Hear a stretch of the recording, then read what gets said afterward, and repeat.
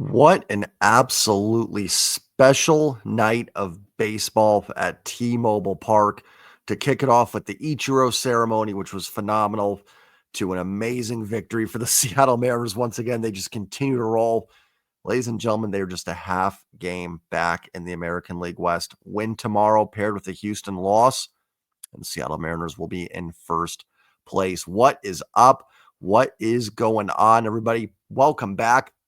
Welcome in to the Seattle Mariners postgame recap. Mariners defeat the Tampa Bay Rays 7-4. They win the series. They improved to 65-53 on the season. They are a half game back in the AL West. They are also now tied with Boston for the first wild card. They're 3 games up on a playoff spot. Cleveland doesn't stop winning either, so they're not really growing a playoff lead, but they're putting some barriers between them and Cleveland, and they're also catching up in the division. So just another phenomenal, fantastic night of Mariners baseball. Before I go any further, as always, I've got actually 4 things today. Like the video, you know how much it helps, gets it out to more people. Subscribe if you're new or lurking the channel. Welcome to all the new subscribers. I'm 112 away from 5,000. Thank you to everybody. Love all the comments. Keep them coming in. Let's have some fun and chat about this baseball team. Also, I'm going to plug a channel. It is some of my family. My father-in-law has started a faith and fishing YouTube channel. It's going to be linked down below.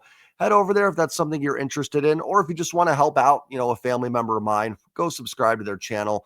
If you're into fishing and those kind of sports, I think you'll really enjoy it once they get it rolling. They haven't started yet, but they're going to be getting up and running soon.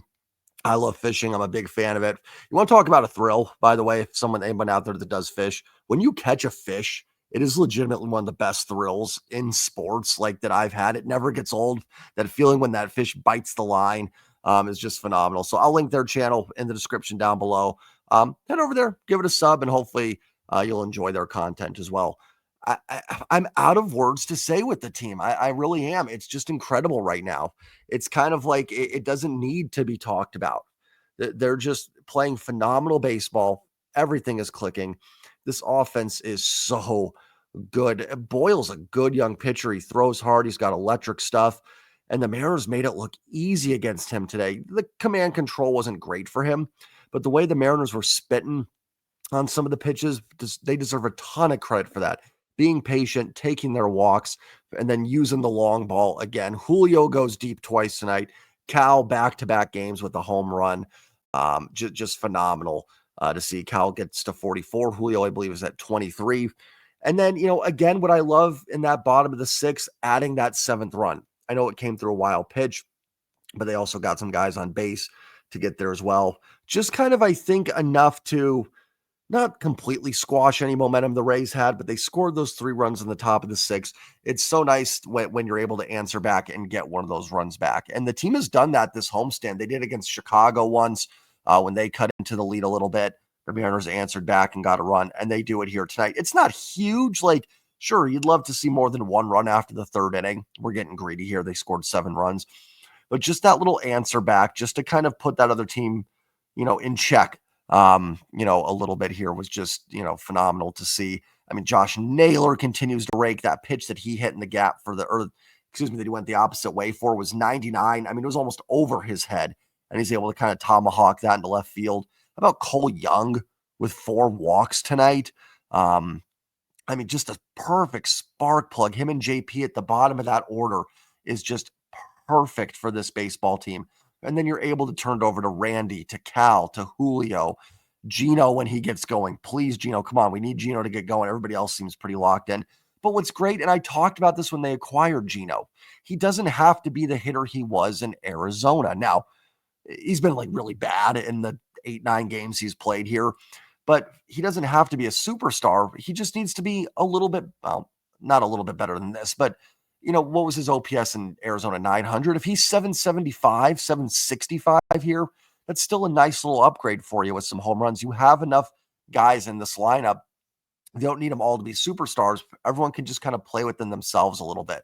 So think about where, this offense is and how good they've been on this homestand, and they haven't gotten Gino rolling yet, So I think once he does get on a hot streak, which will happen here, I think it might happen on the road trip once he gets out of T-Mobile for a little bit. I mean, the offense is just going to be clicking.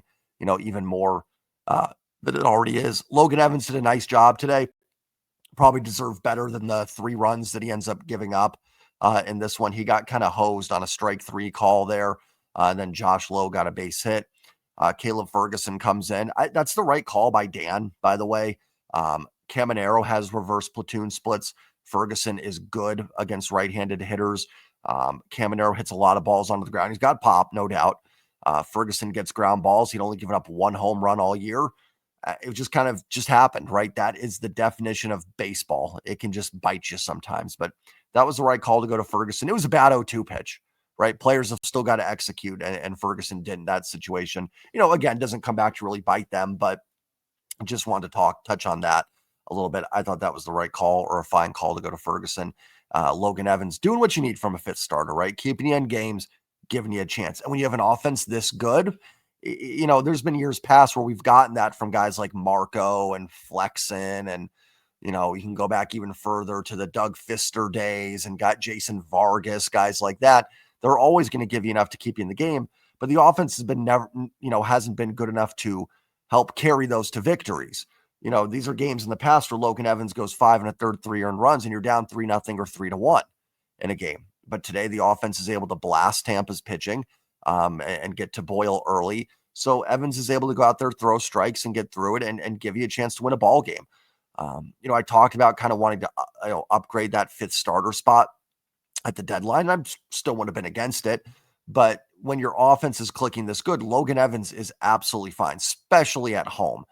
He's going to keep you in a game and give you a chance to win it.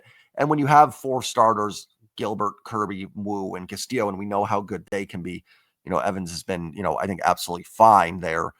Is kind of your number 5 guy. So we'll be interested to see, Bryce Miller gets back. At least if Bryce does struggle, you feel confident enough that Evans can give you decent starts behind him. But it seems like Bryce Miller's pretty close.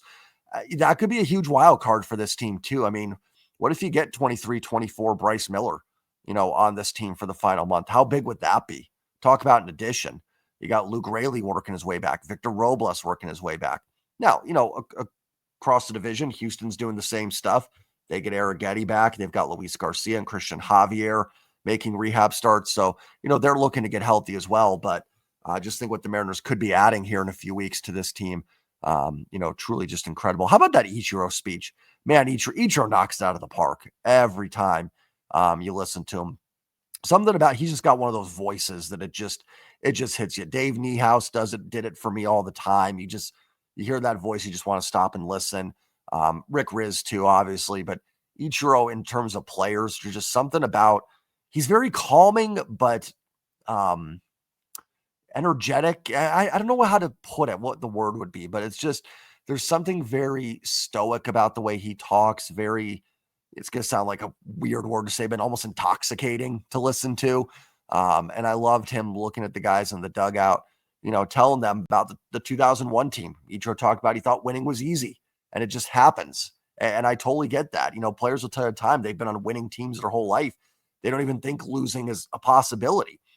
And Ichiro, rookie year, wins 116, makes the playoffs, and never goes to the playoffs again in his career. Well, at least not with the Mariners. He may have made it a couple times with the Yankees. I'm not positive. I'm sure he did. But as the Mariners, that was it. That was the last time he got to the playoffs.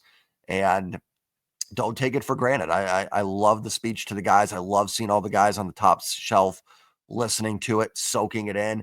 And then to come out with a performance like that. I swear the Mariners have struggled in these ceremony games.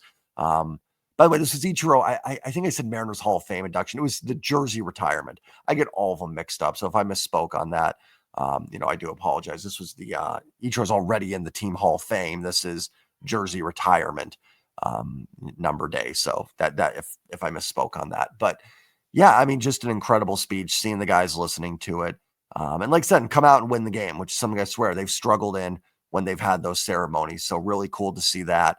And now you're set up to get that sweep tomorrow. Tremendous homestand. You are 8-1 on this homestand. I mean, even if you lost tomorrow, it's still an incredible success.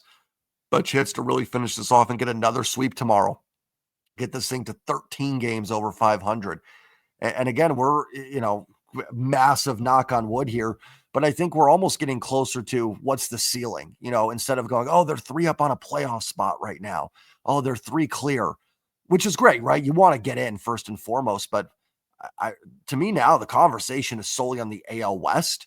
And, do you catch Detroit for a bye potentially? I mean, the Mariners are only like 2 games back of the Tigers. I think they're only 3 games back of the Blue Jays. And listen, I'm sure this is going to sound so arrogant with the way the team's playing right now. And it's easy to say this stuff when your team's playing well. I don't think it's crazy at all that this is the best team in the American League. I really don't. If you told me, Jay, go take a nap for a month and a half, come back, and the Mariners, by the way, when I wake up, Mariners finish with the best record in the AL, I'd go, yeah, I can see why. I could absolutely see how that happened. No doubt. I'm there now. Like, I don't see, early in the year, you could say, well, I see where this team clears. I see why this team is better than the Mariners. I see why this team is a tier above them. I don't see that anymore. I'm not saying they're invincible by any means. I'm not saying they're a lock to go to a World Series. This is not what this is about. I'm a Mariners fan. I'm still nervous they don't get in, to be honest. Like, it's always going to be in the back of my mind. I'm still nervous about it. That's why we're talking about being 3 clear of a playoff spot. That's kind of my point on where the focus should be. Like, I think our focus on just getting in is based in that negativity of, we know what this team has done in the past. And you're not wrong for having that vibe. But this team is absolutely also capable of being the best in the American League. I mean, we know how good the pitching staff is when it's on. It's been a lot better since the All-Star break. Just got to get Logan going a little bit deeper into the games. The bullpen is good. Edward Bizzardo, phenomenal tonight. We'll get in the box score here in a minute. Continues to be that perfect bridge guy to Brash, Munoz, Spire. Caleb Ferguson gives up the home run to Caminero, but he's been a nice addition. The offense is, Gino hasn't done anything, and you're still an offense that's locked in right now. You're just kind of getting out of a little Cal Raleigh slump. Luckily when Cal's slumping, he's still been hitting the long ball a little bit. And who else? Even I'd say Dom is in a little bit of a slump, and you're maybe getting Luke Raley and Victor Robles back here. So I do. This isn't some like, oh, hey, book your World Series tickets. I have no idea how it's going to play out. Not saying they're going to finish with the best record. They've got a tough road trip coming up here. Baltimore, New York, and Philly. Baltimore's probably better than their record talent-wise. The Mets are playing bad baseball right now. That's not going to stay the case. They're a good baseball team. And Philly is absolutely an outstanding baseball team. That could easily, if you're not, on your game, be a 2-8 road trip. Absolutely could. But it could also be a 7-3 road trip. You know what I mean? Like, this team is capable of beating those teams. So that's what I'm getting at. It's not a prediction or anything. So relax. I'm not trying to come on here and get you, all worked up if you don't like the Mariners or jinx anything. I don't believe in jinxes anyways. I'm just saying how I feel. And that's that this team is, I think, more likely to finish with the best record in the AL than they are to miss the playoffs. I think that would be the way I would put this. So let's go ahead and dive into that box score. Then I'll get out of here. Logan Evans gets the win. He's 6-4, 5 1/3, 3 hits, 3 runs, all earned, 3 walks, 4 Ks. Evans threw 90 pitches, 58 for strikes. A little bit trouble finishing this game. Ump didn't help. It looked like he had low, struck out. The ump was also kind of off all game. Boyle had a few pitches that he thought screwed on a little bit. So it happens. But Logan Evans did a good job today. Ferguson actually, outside of the one pitch to Caminero, the first 2 pitches were great, but then that third one was just terrible. Other than that, he threw the ball well. Bizzardo was phenomenal for an inning and a third, getting 2 strikeouts, no hits, no runs, no walks.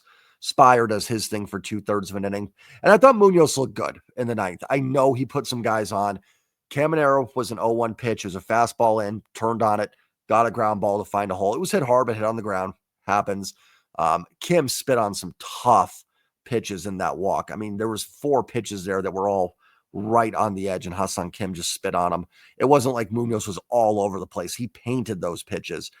They were balls, don't get me wrong, but like, it wasn't some pitch that was 15 feet over Cal's head, crazy walks or anything like that.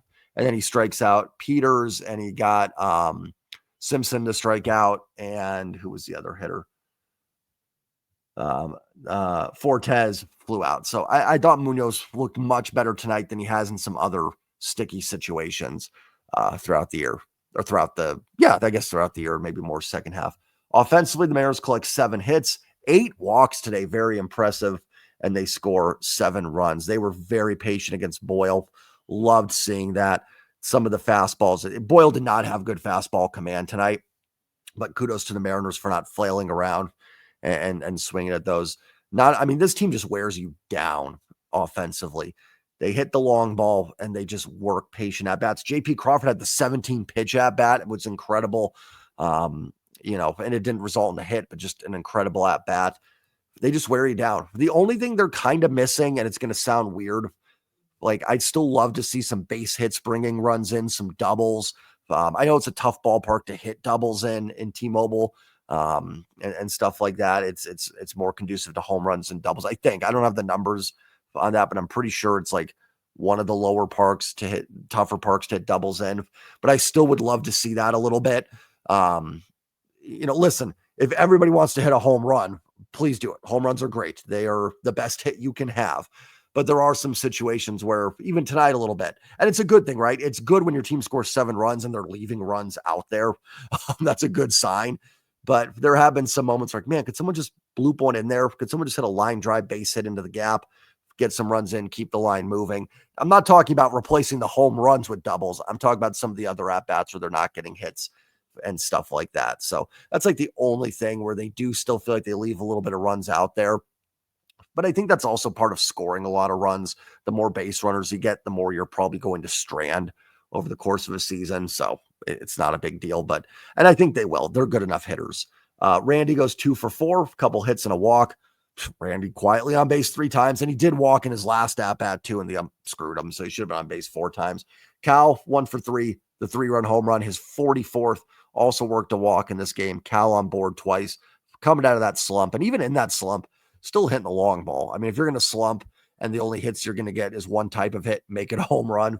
Julio, tremendous today, 2 for 5, 2 home runs. That second one he hit was just a bullet, 114 off the bat, down the left field line. Man, Julio was fired up. I think that Ichiro speech really got him going. That was great to see. Josh Naylor, 2 for 4 with a couple doubles. That, like I said, that one pitch he hit that was above his eyes, it seemed like. Another one into the gap. Also made a great play defensively. At first, another stolen base. I think he had one today.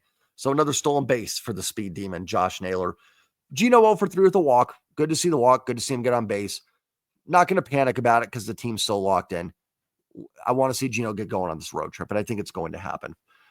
Tough day for Polanco and Canzone, combined 0 for 8. Thought Canzone did have some good contact. Even off the lefty relievers, just had some hard hit outs. JP was 0 for 3 with a walk. Also had that great at bat. And then, man, Cole Young 0 for 0. 2 runs scored with 4 walks. What a game for Cole Young today. I love Cole Young at the bottom of this order because there's just, and I'm repeating myself, there is no easy out in this lineup. You get to Cole Young and it's like, oh, here's our number 9 hitter. And the dude is working, probably saw 30 pitches in his 4 at-bats. JP is going to give you a quality at-bat. And JP hitting 8th is great because you're not needing JP, as again, the dogs, there they are. Don't hear them all day, but during the recap, they get going. JP in the 8 hole is just perfect because you're not looking for him to necessarily be that leadoff guy and the spark plug that way. But just you get to that bottom in the order and it's like, 8, 9, 1 coming up for the Mariners, or 7, 8, 9. And you got Dom down there who can go deep on you and give you a good at-bat, and JP and Cole Young, which are going to give you the most annoying at-bats in a good way, annoying for the other team, that you're going to get. And it's just incredible right now. And then they get on, then they turn it over to Randy, Cal, and Julio, and just wondering who's going to hit the 3-run home run this inning to give them the boost there. So absolutely just incredible. Enjoy it. I'm not going to be you don't know how long it's going to last. I think it's going to. I do. Call me crazy, but I'll deal with the heartbreak when it happens. But for right now, I'm dialed in with this ball club, and it's a lot of fun. Enjoy the rest of your Saturday night, everybody.